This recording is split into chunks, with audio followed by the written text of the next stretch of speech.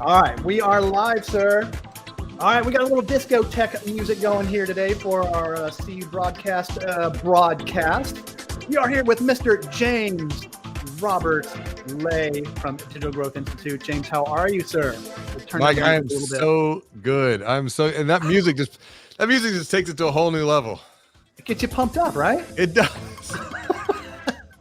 We're all about having a little bit of fun here on CU Broadcast. But anyway, we'll pause the music for now. We'll bring it on after we're done here. But hey, glad you guys are joining us live here on LinkedIn, Twitter /X, and also YouTube as well. But we are here once again with James Robert Lay from Digital Growth Institute. James Robert Lay, how are you, sir? Good to see you again, even though it's virtual. It is good to see you. What a past 6 weeks it's been since launching the second book, Banking on Change.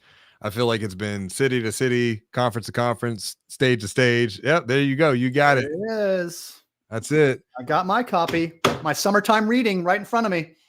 Yeah, well, it's interesting. And by the way, happy late Father's Day. Right back at you, sir. Thank you we're recording for coming out of the weekend. And the reason I'm bringing this up is I had no idea that this book would actually be a Father's Day hit. I saw those posts on, what was it, LinkedIn or something? Somebody was saying that you're getting, you sent out an email and then. Yeah, someone had posted on LinkedIn that they had Uh-oh. James Robert, where are you?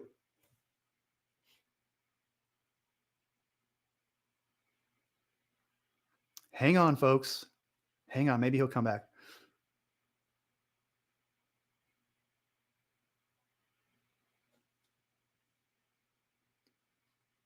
Bear with us. Or you might want to go get a cup of coffee and then come back. James, where are you?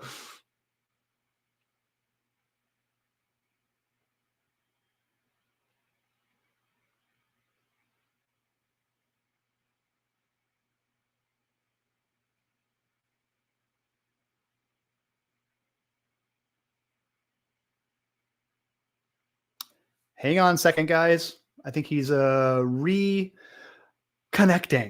So bear with us. We'll turn on some music again to entertain you all.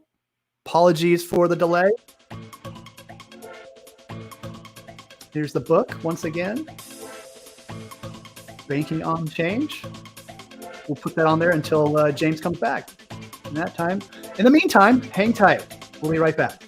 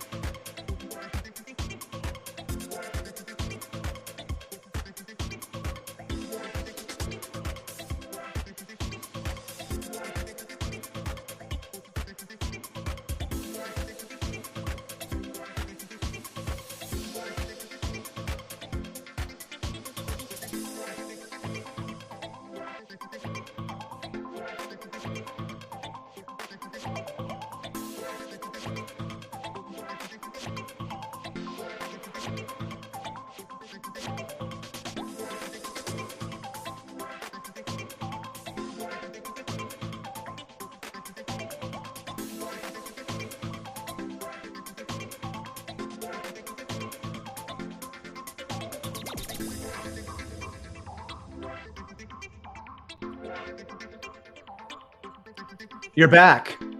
I forgot to pay the electric bill. That's a problem.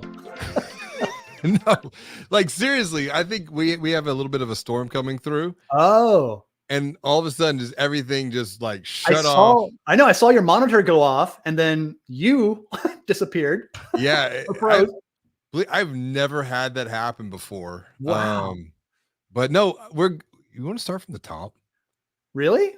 I have no. Where do we leave off? Father's Day. Father's Day, yes. And I have your book up there as well for folks who were hanging out, checking it out. We were just hanging out with your book cover. So yeah, anyway, we can start with Father's Day again. Go ahead. That's what it was. No, I never thought that when writing this book, it would be gifted as a Father's Day gift or received as a Father's Day gift, right, and people would actually be grateful. It was just kind of mind blowing to think how this book is really changing people's lives and perspectives, even at a microcosm. Hmm. I'm just so grateful for the opportunity to be able to share Very in cool. some of those gifting experiences. Well, that's the fruits of your labor, sir. You worked hard on this and so many other aspects of your business. So it's pretty cool to see those folks doing something totally unexpected Yes. with this piece of literature here that we're going to talk about. Okay, the title, if you can't see it already, is "Banking on Change: A Leader's Guide to Achieving Exponential Growth in the Age of AI."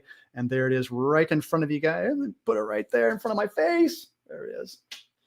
And so, yeah, love the cover, I love the feeling of this, but I don't know, because I have your other book too, Yes. Banking on Digital. I have that at the ready as well. Same look and feel, looks good, sir. But what matters is what's on the inside of the book. And so, give us a quick overview before we dive into a couple of details here, because there's a lot to cover here. Yeah. Well, I wrote the book as a leader's guide to achieve exponential growth in the age of AI. And in early 2020, I started to really observe how difficult change was for financial brand leaders, yet Yep. alone leaders in any vertical. But we lived through the COVID experience that forced a lot of change. And I started to identify some patterns of, well, what were leaders doing that were navigating the complexity of change as successfully as they could versus leaders that hunkered down, got stuck in what I call the cave of complacency and thinking that, well, we're just going to wait until things return to normal, whatever normal is. And so for me, it was pattern matching human behavior that inspires human transformation to unlock any type of transformation, whether Mhm, that's mhm. digital, cultural, marketing, sales. That's all internal for a financial brand. But we're even having some conversations now with some organizations, some credit unions and community banks of how they can apply this thinking to help guide their account holders and their members through financial transformation. Yeah. Pretty good. And so was that kind of was this kind of like the fire that it kind of what lit the fire get this book going? What started it all? I got tired of seeing organizations get stuck that we were working with. They would go through a digital growth blueprint engagement. We would diagnose their situation. We'd give them some findings and recommendations, and maybe 15% would actually do something with those recommendations. 85% would remain stuck in the status Yeah. quo. Yeah. And to me, that just wasn't acceptable. And so we started to redoing, rethinking our whole methodology. And a lot of the challenge was rooted in the fact that when people lack clarity into what opportunities are, Mhm. the human response to that is let's not change anything. Let's just Right. keep things the way they have been because they've been working. And so the first step in human transformation is just to simply help people see things from a different perspective, help the unaware become aware of, Mhm. of A, what the opportunities are, but B, what are the gaps and blind spots that they're not even aware of that are probably causing them pain, but they just don't know whether it's hurting them yet. Yeah. Yeah, I keep thinking of the saying, and I know Kobe Bryant, a former Los Angeles Laker basketball great, who left us way too early, but Yes. he always kept saying, "Keep your eyes on the prize." And the Mm, prize for him was an NBA championship, which he won multiples of. And he said, nothing got in my way of getting those. yeah. And like you said, filling in the gaps and keeping you, what's challenging you, what are the hurdles and stuff. And he was always animate about just really getting over those hurdles and getting hit that prize. And so I'm kind of likening it to a credit union leaders. Okay, and you talked about clarity. So an NBA championship is that clarity, Mm. is that trophy. That's the clarity. That's the prize. So the clarity or the prize for a credit union leader in this area would be, I guess, what's the end result of this? So obviously, I, what's your answer to that? I think there's two sides. There's the professional growth, which we could measure loan, deposit, asset growth.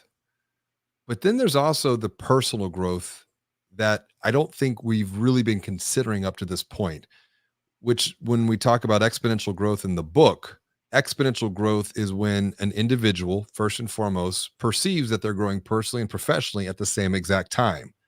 That's because personal growth can lead to professional growth can lead to personal growth. Completely. But on the flip side of the coin, personal challenges, trials, tribulations can have a negative impact on Oh, professional yeah. growth, and professional trials and tribulations can have a negative impact on personal growth. No longer can we separate the two worlds. What I'm really encouraging is the integration of the personal and the professional side of things. Gotcha. Now, the book is separated into three parts: the exponential growth journey, prepare for exponential growth, and the one that really caught my eye, the third part, how to achieve exponential growth every 90 days. I love this. So it's Yes. not just a one time deal. This is a constant, this is a journey, right? So, do you want to kind of just real briefly clarify each section and then we'll dive into a couple of details here? So the first section is we'll call it the philosophy. And I liken this to the hero's journey. Someone sets out on a journey of growth. They're going to come up on an obstacle, and I call that obstacle Mount Mutatillo. They're going to have to climb up that mountain. And Mutatillo is Latin for transformation. So you got to climb up the mountain of Love transformation. it. When you're at the top of the mountain, it's a great vantage point. And in fact, we're right now as a recording in June, end of June, going to July. Mhm. We're at the peak of Mount Mutatillo for 2024 because we're able to see where we've been to start the year. We're able to look down to see where we're at right now, and most importantly, we're able to still look ahead to see where we want to go till the end of the year. So we gain clarity into the territory of transformation. That's the future. That's the prize. The problem is we got to go from the top. We got to come down the mountain, cross the 7 seas, get to that territory of transformation. There's a lot of dangers that Oh, yeah. can stop us. You've got the 4 fires of fear. You got the have to cross the 7 seas, and you can risk drowning in those. And so I start off with the philosophy so that people can really, connect. And I share a lot of my own personal story and my own personal journey with Yeah, this you do. Yeah. because I understand. Like I've had a lot of transformation over the years. I'm continuously iterating, reiterating, learning, thinking, doing, and then reviewing, and then just reapplying that. So we go from the philosophy into more of a practicality.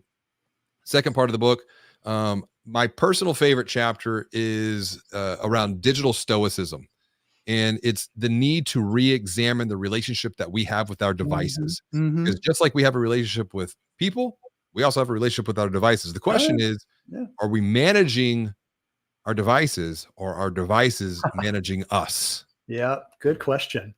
Good And then, question. and then the last piece to your point is it's a practicality. It's okay, fantastic. How do we apply this? But most importantly, how do we apply this every 90 days?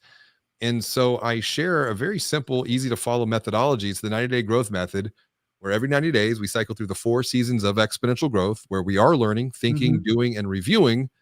And then just we repeat that process. Yeah. And that is what gives us the perception.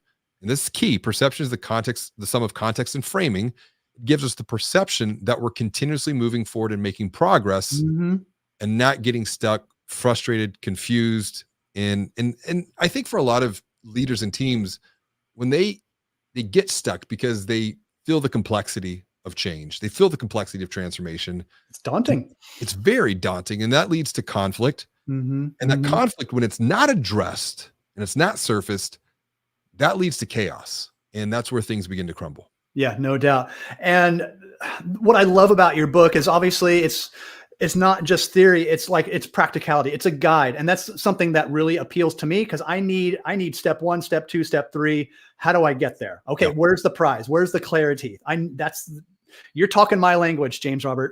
So this is what I love about this book. I mean, it's very practical and it helps you get to where you need to go in a pretty very practical way. So, and I'm glad you brought up stoicism because that's my next question. It's a great segue, sir. So one of your chapters is entitled "Becoming a Digital Stoic to Achieve Exponential Growth." So, Oh, can yeah. you expand on this, especially the digital stoic parts? I mean, and how can leaders start to incorporate stoic principles into their daily routine? So I love this part of it. Uh, Ancient wisdom that has withstood the test of time. When things are changing at an exponential rate, and that leads to the complexity, to the confusion, to the chaos, we have to look for things that have remained unchanged. And I think the Stoic philosophy, going back and being able to read and literally get into the mind of leaders like Marcus Aurelius, with his book Meditations, and to read 1 or two lines that he wrote, and how like, oh my gosh, he was one of the most powerful men, if not the most powerful men back in his age. Yeah. And he's still dealing with the same emotional challenges that we're dealing with in 2024. Mm-hmm. That's the idea of the digital stoicism. It's being able to respond to change instead of reacting to change. Okay. Okay. And what is the only thing that I can control response to? It's myself. More specifically, it's my mind. Yeah. And the way that I look at the mind in the age of AI, that is the most important technology that a leader must learn to master. It's not AI, it's not a large language model, it's not automation, it's not data. It's the mind. It's the biological computer that sits between the ears. Your ears. And well, and really, if you think about this, the brain is the biological computer, the mind is the software. And if we're going to navigate the coming exponential changes, and that's the challenge, because the mind perceives the world linearly, where technology is moving exponentially, and that's literally creating a gap. And it's in the gap, that's where the complexity, the confusion, and the chaos resides. So if we continuously upgrade our mind and our perception, that's what's going to guide us forward. But we have to really reconsider the relationship that we have with our devices, because it comes down to asking the question that I ask in chapter 6 here: who's on your team? How are you investing your time? How are you spending your energy? What are you paying attention to? And all three of those will actually directly impact your relationship with money. Gotcha. And you also talk about courage. Oh my gosh, you talk about courage a lot in this book. So can you expand on where courage in the age of AI, because I think a lot of this transforming just in general takes courage. So, but today I think it's more powerful than ever. So can you expand on where courage in the age of AI plays a part in a credit union's transformation? Because there's an acronym that's GRO. So share with me that. So let's come back to, you're up at the apex of awareness on the top of Mount Mutatillo. You're able to see where you've been, where you're at, where you're going to go next. Well, then you're gonna have to come down. Well, when you come down, you're gonna have to confront the 4 fires of fear: fear of change, fear of failure, fear of the unknown, fear of success. Courage is the commitment to move through those 4 fires of fear and to extinguish them. It doesn't mean that you're not afraid. It doesn't mean that you have some type of a negative emotion. I think the best definition of courage is to make a commitment to continuously move forward with wet pants. Let me tell you, I walk around in wet pants a lot with some of the work that I do, because I'm continuously coming back in, putting my chips on the table, and placing bigger and bigger bets. And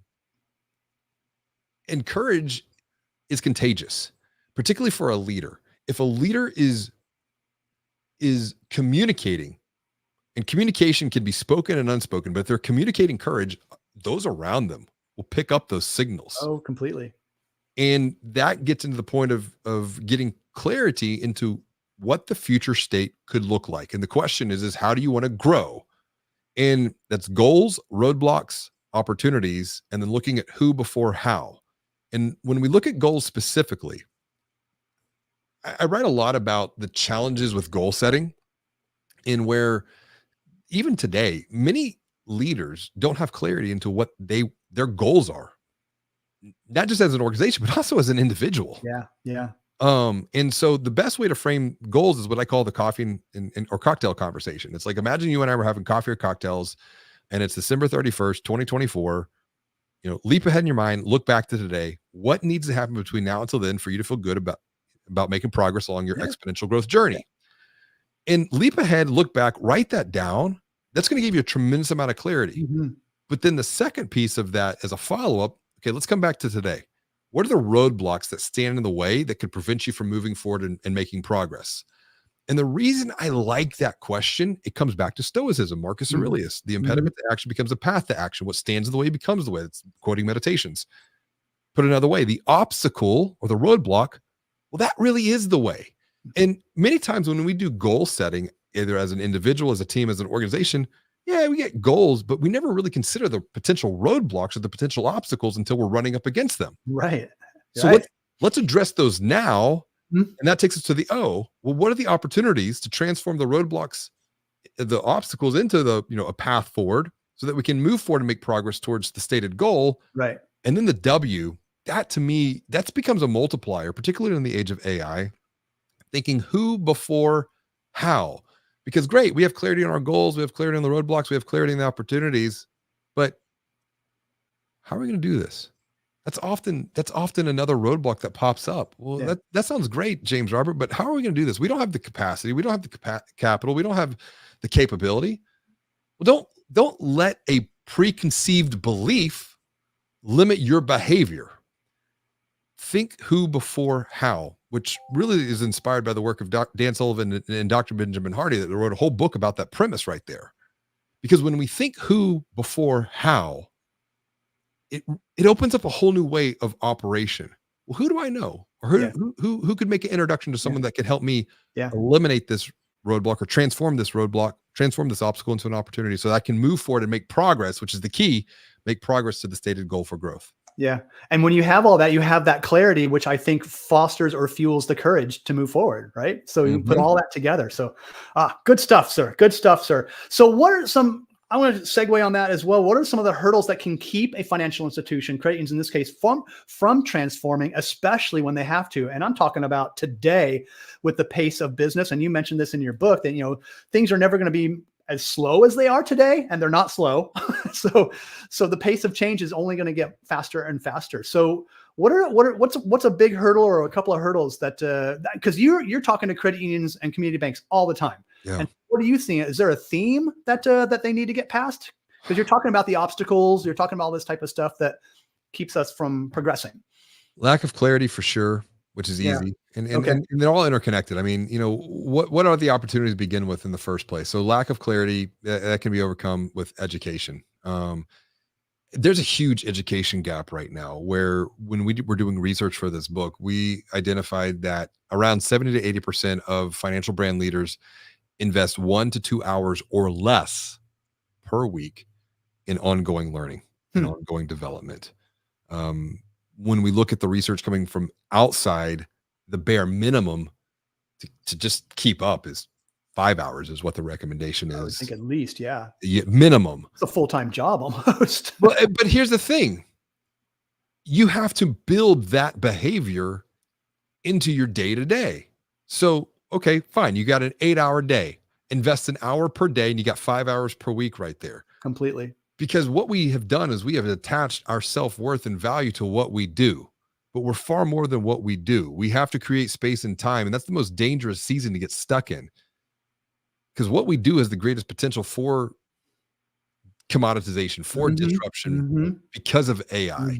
So we have to detach from what we do, and the way that we do that is by reviewing and reflecting on the progress that we make, by learning through those experiences, and then thinking about how to apply those insights to do even better. So lack of clarity for sure.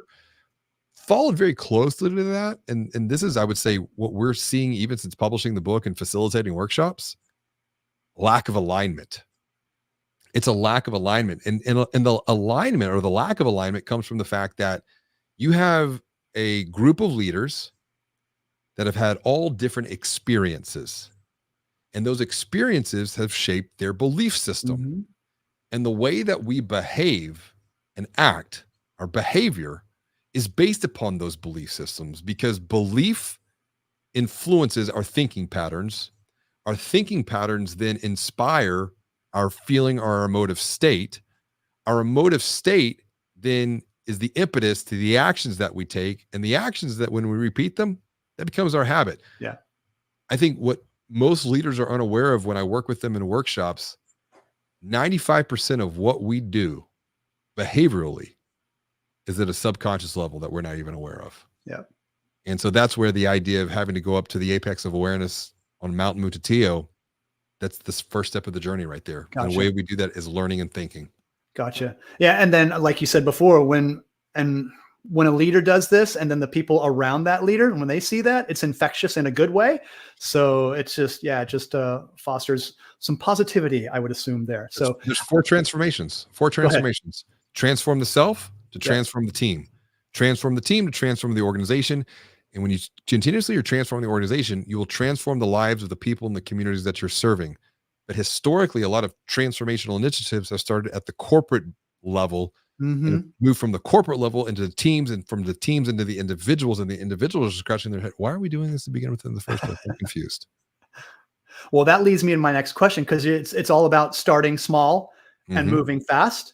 So tell us the significance of this statement for credit unions today, because you use an example, talk about a personal story in your book. You talk about Christmas morning and opening a Christmas present, and there's 1,000 Lego pieces, and you open it up and all the Lego pieces are all over the floor, and you're like, where Where do I do I start? begin? But thank goodness Where your dad was there.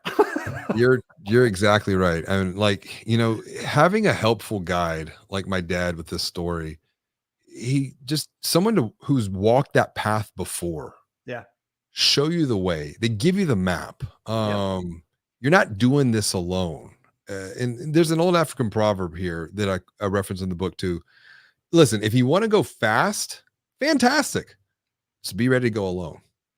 If you want to go far, you're going to have to go together. Mm-hmm. And one of the things that we're looking for, particularly through the 90-day growth methodology, is what are the small, simple, quick wins that we can gain some momentum Yeah, around, precisely. because that is going to build the confidence to commit, to continue to commit, to keep moving forward with courage. And there's so much emotional psychology that we have to be mindful of here, that I see that as a gap. It's not right, it's not wrong. It's just, I think the vertical attracts very smart, analytical, left brain driven leaders. There's a misunderstanding or a lack of clarity into the role that the emotive right side of the brain Mm-hmm. plays Mm-hmm. when it comes to inspiring human transformation. Yep. Yep. Yeah. I that vision of you sitting there on the floor Christmas morning with 1,000 Legos surrounding you really kind of likens to a credit union leader in dealing with data and AI and all the other things that they have to deal. It's like, okay, it's overwhelming. But when you start small, and then you can start moving fast with it. So I thought that painted a really good picture of what's happening today in our fast moving industry. Practically speaking, in real time, this was a conversation yesterday that came out of a workshop. We've got a VP of marketing at a $2 billion credit union. They're wanting to implement CRM. That's part of their roadmap. And it was a simple shift in perspective, because she was like, listen, we only get one chance to do this. I go, why? She goes, well, we got 200 people that we're going to have to roll CRM out to. I go, why? Why 200? Because we have 200 people that work here. I said, why not just take maybe 5%? Yeah. 10 people? Yeah. Let's start with them and focus on one product line and one piece of the buying journey of the product line, for that matter, and just integrate CRM into that. And then from there, let's take that and go from 10 to 30, because those 10 become influencers Yeah. for the next 20. Yeah. And she goes, I've never thought about it that way. She goes, I thought when we're going to do this, we're going to do this. And I go, but what you're doing is your previous belief system is influencing your behavior right Yeah. now. Yeah. And that's where the 4 steps for human transformation are critical to know and critical to understand, because the very first step of human transformation is to see things differently. When you see things differently, you're going to be getting to think differently. Mm-hmm. Mm-hmm. And I've asked this question now to thousands of leaders, workshops, conferences, one-on-ones. And I said, okay, so you're in agreement. We're going to see different. We're going to think different. Yeah. So what happens next? When you see different, you're going to think different. What's the next step? Well, that's easy, James Robert. It's a rhetorical question. And I'm kind of insulted that you're asking me that. Of course, I'm going to be different, act different, do different. I say, are you really going to do that? Because I'll be the first one to tell you that I have the philosophical knowledge that there are things that I need to do different, but I myself am failing to take action, because what we have missed, what bridges the gap between thought and action, comes down to one thing: it's feeling and emotion. Yeah. The desire, the feeling, the emotion to do different, be different, act different has to be greater than the desire, feeling, the emotion to remain the same. But motivation is a muscle. It's fleeting.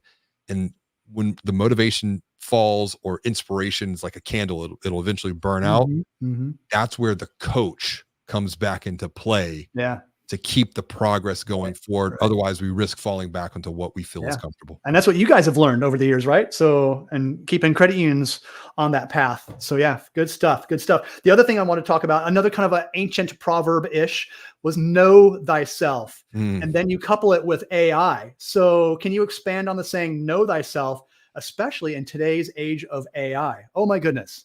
yeah. So I'll expand. So it's ancient wisdom. But even Sun Tzu, one of the things that Sun Tzu said, know thyself and know thy enemy, and you need not fear the result of 1,000 battles. I think our uniqueness is what is going to be our differentiator in the age of AI. Um, our experiences, your experiences, Mike, are different than my experiences, or different than someone else's Yeah. experience. And what we're doing right now is we're having a shared experience. So we're walking away, and none of this is accessible in a large language model. It does not exist right now. The more that we can tap into our own personal experience and to be able to maybe do some deeper work of review and reflection Hmm. on what's been going well, focusing on the positive, focusing on the progress, not because our minds are programmed to look for the negative, look for the dangers. That's great. That kept us alive. But a lot of our dangers that we're experiencing right now are nothing more than lies that we're telling ourselves Yeah. based upon a previous experience that's not even real. So our minds are like a movie theater. We're the we're the writer, we're the actor, we're the producer, we're the guy with the video camera, the girl with the video camera, The director. the director. We can choose to write a different movie, play a different part, and a lot of it is just a choice. But we're not going to make that choice unless we take the time to just see where we've been, where we're at, and where we can go next. Yeah, well said, sir. Well said. All right, I want to wrap it up with one last question here because I know you have a lot on your plate. I don't want to keep you too long, but I'm really enjoying this conversation. I could talk another hour easily. This So, is fun, man. I appreciate it. oh man, this is awesome. So obviously we're just scratching the surface here with your new book. But if you can sum it up, what's the big audacious goal or the message in getting this one written? What's the call to action that you want your readers to take with this book? I want this to give them hope that they can first and foremost lead themselves through a period of exponential change. Because I'm telling you, when we look ahead at what's coming 2030, which is only at this point 5.5 years Can you away, believe that? Oh my it's gosh. very hard to perceive what's going to happen. And if you thought 2020 and the change that we experienced in 2020 was massive, Yeah. just wait. And Yeah. a lot of this is rooted in the fact of the research that we've done with the book. We know the exponential potential of AI, but then also how does all of that impact the macro level, you know, globally, nationally? That will then filter down into our organizations.